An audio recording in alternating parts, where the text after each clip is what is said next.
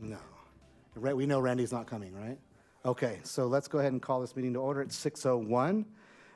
Could the clerk please call roll? Commissioner Long? Here.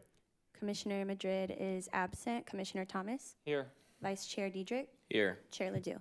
And I'm here.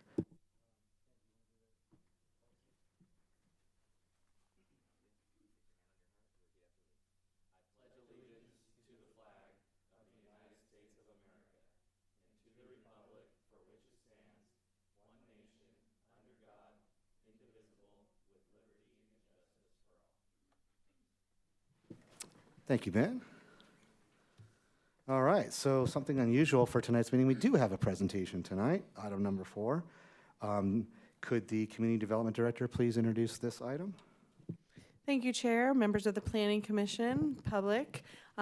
This evening we have Management Analyst Molly Banal in the Planning Division and Management Analyst Laura Sportelli in our Building and Safety Division here to give you a presentation on the department's annual report this year. I do also want to recognize Deputy Director Orlando Hernandez and our building official Craig Carlson, who is also here for their efforts, along with the entire team for what you will see in our annual report as our successes and accomplishments. So with that, Molly.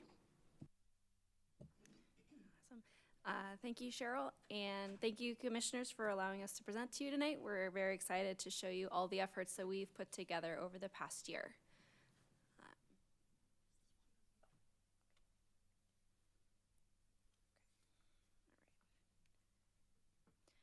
Okay. Our department is broken up into 4 main areas. Our first column is the bulk of our services provided by our building staff, including plan review, permit issuance, inspections, and occupancy certification. Our second column are the services provided by our current and long-range planning staff, focusing on project entitlement processing and maintaining the goals of the general plan, as well as developing and updating our zoning ordinances and development code, assisting with regional projects, and oversight of our CEQA studies and related document preparation. The third column identifies the efforts of the CDBG and federally funded assistance programs, with staff's primary focus on implementing this consolidated plan and housing programs with significant community engagement. And finally, our administration, where staff focuses on budget, legislation monitoring, and contract management. The department is broken into 2 primary divisions, the Planning Division and Building Division. So I will be presenting all of the Planning Division activities first. Our Planning Division has 16 staff members, of which 6 are certified by the American Institute of Certified Planners. We also realized a very healthy revenue this year of $1.89 million, even with conservative projections. And this is a testament to the amount of projects that are still being submitted. And we also managed a total of $948,000 in grant funding across our CDBG, ARPA, and PLHA programs. Our Planning Commission also had a very busy year. They approved 43 projects, including 1 hotel, 8 residential projects, and over 7.4 million square feet of commercial and industrial space. Our planning staff continues to work diligently to assist all of our customers on a daily basis by returning phone calls within 24 hours and streamlining entitlement review through the Streamlined Menifee initiative. We received 217 new submittals this year, and we currently have 240 projects in review, and we did execute 22 CEQA contracts for environmental review. We also approved 148 projects, including 47 accessory dwelling units. Of that 47, 8 utilized the permit-ready ADU plans. And of course, due to housing mandates, we do expect to see this number continue to rise in the coming years. We approved 7 tentative track maps, adding to our already approved housing stock and bringing that total to now 4,777 new single-family residential units and over 1,000 multifamily residential units. The 31 pre-applications we process will help give us insight to our developers' interests and also help staff anticipate those upcoming projects. And this year we received 1 hotel and a healthy mix of commercial, industrial, and office use requests.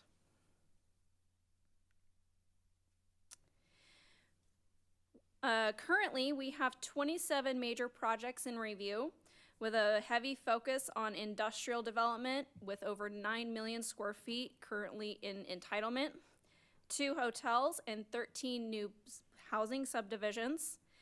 And the 4 projects we have shown here are some of the examples of the major projects we are currently reviewing, including the Kaiser Permanente Medical Center, which will be 50,000 square feet, the Menifee Boardwalk Commercial Center, which is a mixed use of daycare, restaurants, retail stores, coffee shop, and auto parts stores, the Liberty Center, which is a mix of the 18 commercial and industrial buildings, 9 retail buildings, and 1 hotel, and the Holiday Inn, which will provide 98 guest rooms and approximately 68,000 square feet.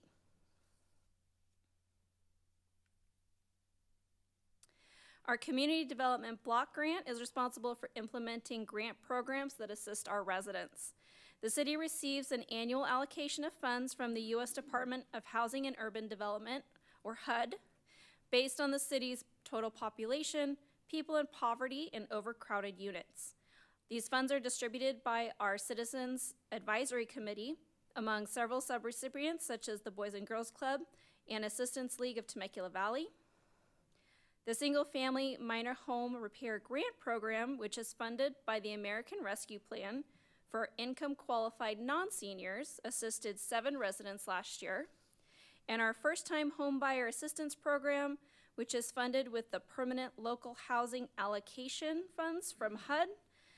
We're able to fund 3 loans, so 3 families were able to be able to buy their first home. And we're very excited to see these funds help other citizens in the coming years. And these are a few of the other activities from the subrecipients of our CDBG funds. So we have been very active over the past year.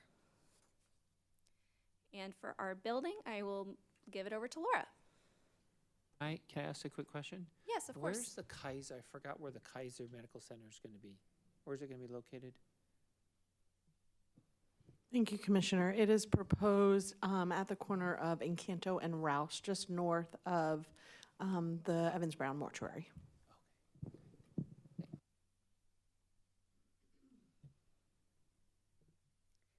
Good evening. I will continue with the building division's accomplishments. This first slide provides information regarding the building division's dedicated staff members, of which we have 15, and that includes 5 ICC certified inspectors, 1 ICC certified plans examiner, and 1 ICC certified permit technician. Our staff also has over 60 active ICC certifications ranging from trade-specific and accessibility to code specialist and building official. Our fiscal year 23-24 operating budget was $2.8 million, and we were within 1% of our $7 million revenue projection. Here we've highlighted our building division's fiscal year 23-24 accomplishments. Overall, project valuations were down 12%, which was largely due to decreases in solar, alterations, and additions on both the commercial and residential sides. However, decreases can also be attributed to common workflow fluctuations in the project cycle as well. Our inspectors conducted over 32,000 inspections, and our counter staff took in over 6,000 phone calls. Counter and virtual customer assistants were down 17% and 42% respectively, likely due to increased automation and additional resources added to Acela and ACA to improve experience and increase customer confidence.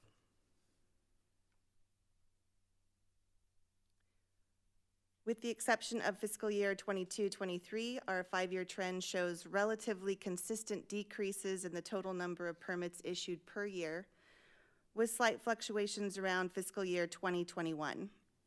Although we continue to manage high levels of activity, single-family and miscellaneous issuance was down, while the more complex commercial permit issuances were up.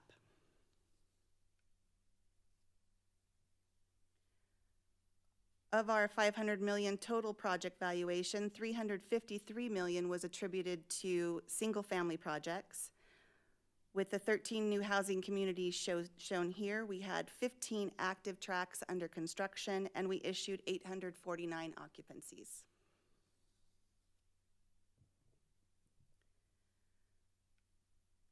Our Home Builder of the Year, KB Home, encompassed our theme of building by innovation.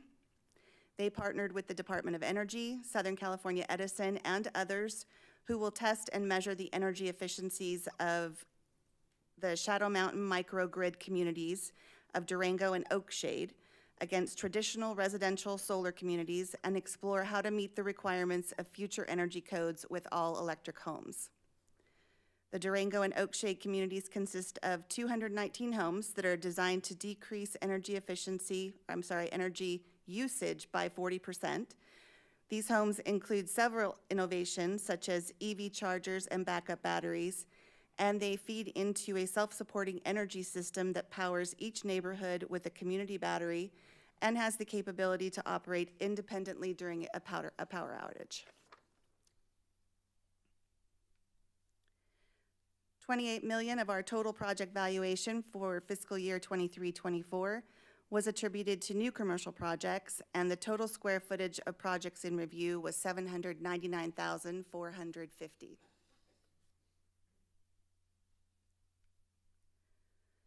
In fiscal year 23-24, we had 14 tenant improvements and 13 new businesses under construction, including Boulders Commercial, Crack Boba, and Ranch RV and Self-Storage. We also completed 8 tenant improvements and opened 5 new businesses, such as Chick-fil-A, 7-Eleven, and Popeyes. The Community Development Department consistently strives to meet the needs of our residents, businesses, visitors, and developers alike to ensure that together we are following our department mission to create a healthy, vibrant, and connected community for everyone. Thank you for your time and attention. Are there any more questions? You have a question, Joe? No? No, I don't think, Chris? What's the projection for, we'll say the next fiscal year, the next year, as far as single family and commercial? Is it, you think it's just gonna keep going down, or we get at least another year of solid building, or what? Maybe new approved tract maps? What do you see from what's coming in? I think based on what we're seeing in the first couple of months of the fiscal year, we might see a slight reduction in permit numbers on the single family side. We do have, some multifamily in the queue as well. So I think we're starting to see a little bit of a shift as the community matures and, the multifamily stuff picks up pace. I think definitely we'll see the industrial numbers increase with the projects that have been approved up in the northern part of the city on the east side of the 215. So we have a couple of those buildings already in process with the building department. All right, great. Thank you for the presentation. Seems like we're doing a lot of work here. All right, moving on to the agenda approval. Are there any modifications to tonight's agenda? There are none. Okay. Can I get approval of tonight's agenda? All in favor? Aye. Aye. Any opposed? Okay. Are there any public comments on items that are not on tonight's agenda? There are none. Really? Nothing? Okay. All right, we'll need approval of the minutes from our last meeting from August 14th. All in favor, please say aye. Aye. Any opposed? Okay, nothing on our consent calendar. We have a public hearing item about the Salt Creek tentative track map, but it looks like we're going to push that back a little bit. All right. Do we need a motion? We need a verbal? We'll do it electronically? Okay. Yeah, it should be up electronically. Okay, yeah.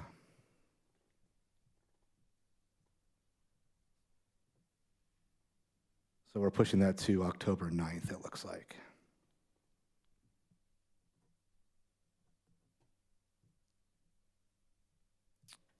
Okay, moving on to item number 10, discussion items.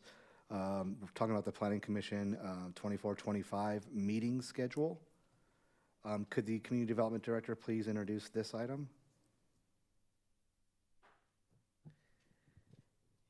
Yes, I'm sorry, Chair. We didn't see the vote on the previous item, so I'm going to ask our city clerk to confirm that for us before we move on to the discussion item. That was approved unanimously, 4-0. Thank you.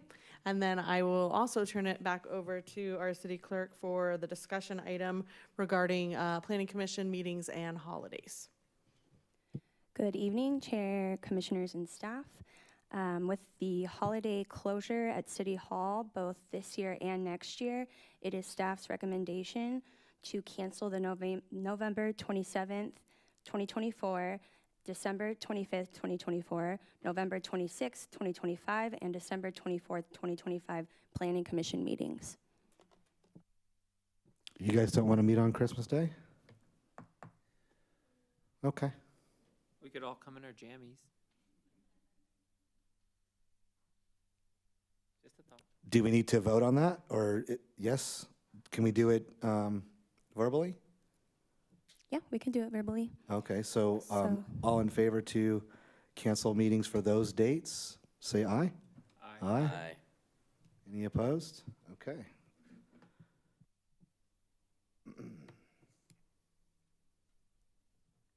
Did we need any, do we have to address any public comments about that item? There are none, no. I should ask Dan if you'd like to make a public comment about. Oh, okay. Well, should we reopen the? I'm just kidding. Okay, so we can move on then to item 11, the Community Development Director comments. The one new business opening that I wanted to share that has happened over the last couple of weeks is Rasoy Indian, located off Encanto and Shadell. I hear they have been very successful in their first couple of weeks in business, selling out. So it sounds like it's great food. So I encourage you to go check them out. I think we're Any getting a second questions? Indian. I think we're getting a second Indian restaurant in town too, right? Yes. Where Still Venus in, Burgers was. still in process on Newport. Mm-hmm. Do we have any questions from our Community Development Director? No, it's okay. Okay. Any, why am I having a brain fart here? Any community or committee meetings to report on? Yes. Yes. Joe? Yes. I would like to report that as a member of the Menifee Citizen Advisory Committee, we had a meeting on September 9th going over the budget and the programs. We have an excellent program director managing the program, Mrs. Edna LeBron. We discussed all the programs being funded, and I would like to take this opportunity to say thank you very much to all those non-profit organizations working with our community. One concern that we spend a lot of time discussing is, as you can see, there were only 10, for the program, senior services, only 10 recipients received approval for repairs. And right now we have, if I'm not mistaken, more than hundreds, 200 application for repairs.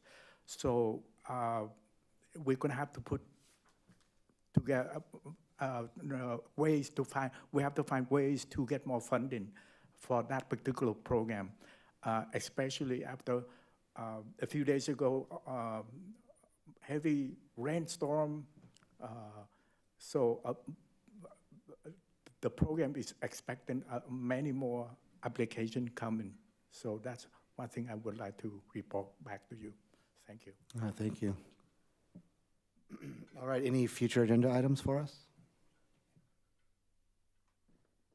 All right, it is 6:22. The meeting is adjourned.